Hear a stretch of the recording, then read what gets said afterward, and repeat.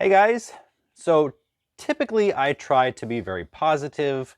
I'm not into fear mongering. I'm not into, always seeing the worst and trying to create fear in others.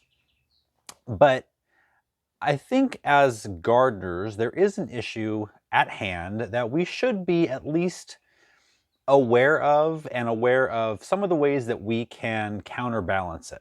I'm talking about supply chain issues, food shortages.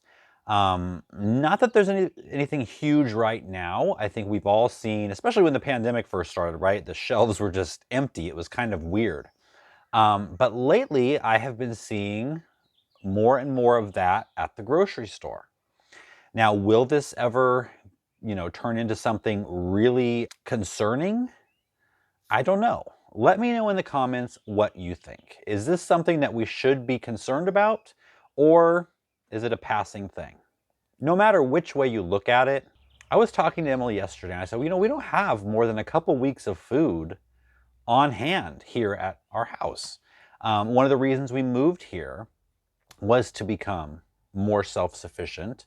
Now we haven't yet been here long enough and had these, the capabilities, the infrastructure set up to do that just yet. However, we are now moving into spring when the garden will be in full force.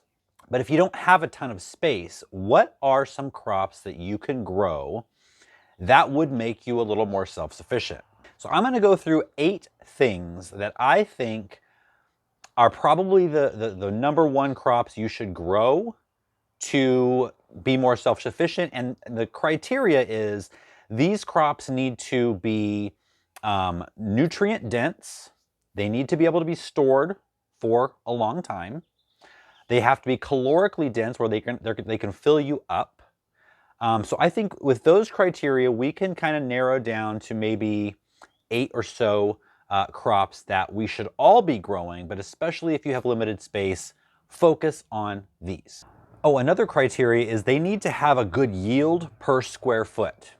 So the first one should be pretty much a no-brainer, potatoes. My ancestors in Ireland lived almost solely on potatoes at certain times of the year. Potatoes are something that can be, grown, it can be stored for a while. They fill you up, they can be made in several different ways. They have a good amount of nutrients and fiber, especially in the skin. Like I said, back in the 1800s in Ireland, it is thought that about the ratio between potatoes and meat was about 700 to 1. That's a lot of potatoes. And they can sustain you when nothing else is growing or available. Now is the time to plant potatoes, so you haven't missed out. Go online, go to your garden center and look for seed potatoes that you can get started. I actually have mine chitting on the counter right now. And I'm going to be doing a video very shortly on planting potatoes, just getting my bed ready. You could even grow potatoes in containers. I have a video about that I will link down below. All right, the second choice would be similar, but very different. Sweet potatoes. Now, we just did a video a few weeks ago on, getting started with your sweet potato slips.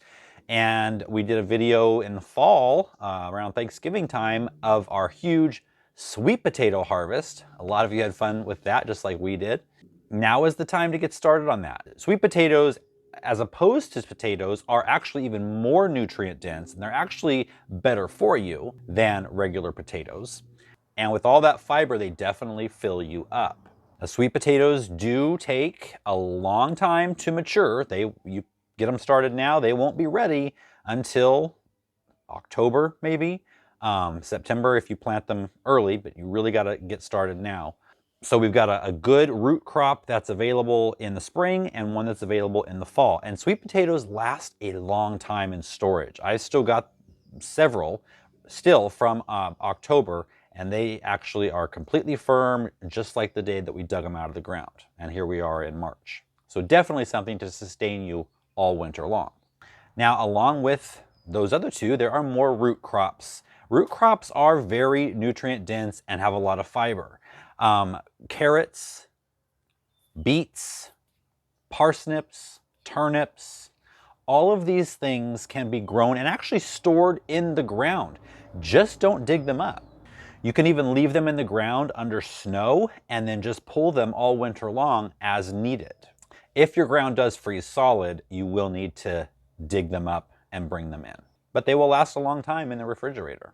Now, if times are really tough, you can eat the tops of all of those things. Well, for sure beets and carrots. What do you guys know? Can you eat parsnips and turnip tops? Yeah, turnip greens. So that's truly a crop that you can eat from the bottom to the top. The next one I've got growing out here, and that is cabbage. Cabbage does take a while to mature. However, once you harvest it, it can keep for a really long time in the fridge. We're talking several months. And if you make it into sauerkraut, now you either love or hate sauerkraut probably. I happen to love it. And I will be doing a video on how to make sauerkraut once these are ready to harvest, probably in 3 to 4 weeks from now. Back to root crops for a second, garlic and onions. I mean, there's so many recipes that you can use those in, and they are full of nutrients. They're good for immunity, so they're gonna keep you well, and they just taste great. Now, I have videos on almost all these things, so just check down below in the video description if you want a link to how to grow all of these things. The next crop to get you through hard times, and it lasts a long time and is nutrient dense, would be winter squash and pumpkins. Winter squash and pumpkins, they don't grow in the winter. They grow in the summer along with summer squash, but they have a hard rind, so they last all winter. They can be stored for a really long time. And there's so many different things you can do, whether you roast it, make them into soups. Those can be planted right now in the spring. They'll grow all summer long, and then they will sustain you all winter. One of my favorites are beans. Beans can be eaten fresh and they can be dried. This year I'm actually growing pinto beans and great northern beans to dry to feed us throughout the winter, in addition to some green beans that I will be growing for fresh eating. Beans are a good source of fiber and protein, so they're definitely on my list of self-sufficiency crops. Now, the last one might be a long shot and maybe something you've never grown before, and that is corn, but not sweet corn, grain corn. Corn that is grown and dried and then ground into cornmeal. Wheat is a good one, but wheat is very hard to grow enough of to make anything out of. It's also hard to process the wheat. Corn is much, much easier, and it can give you cornmeal where you can make different things out of that. Now we're talking again, survival situations, food shortages. So yeah, maybe it's just easier to go out and get cornmeal, but what if there's no cornmeal on the shelf? You could still make some really good dishes with homegrown, home ground corn. My last one is really for nutrient density and the speed of which you can get it from seed to table. And we're talking within less than 2 weeks.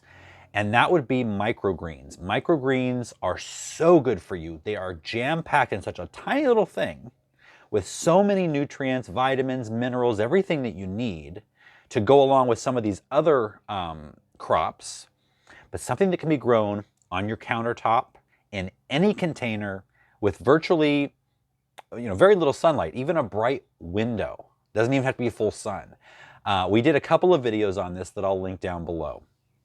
So with all of these things, to have at your disposal that store a long time alongside some other things like summer squashes and tomatoes and, okra. Those things that can be mixed in with these other things to make dishes. Things that have been made into dishes together with these long-term crops for thousands of years. So let me know which ones of these you are going to be growing this year, and if you can think of any really important ones that are really good in case of food shortages that you can think of that I haven't thought of. And I'll see you guys next time.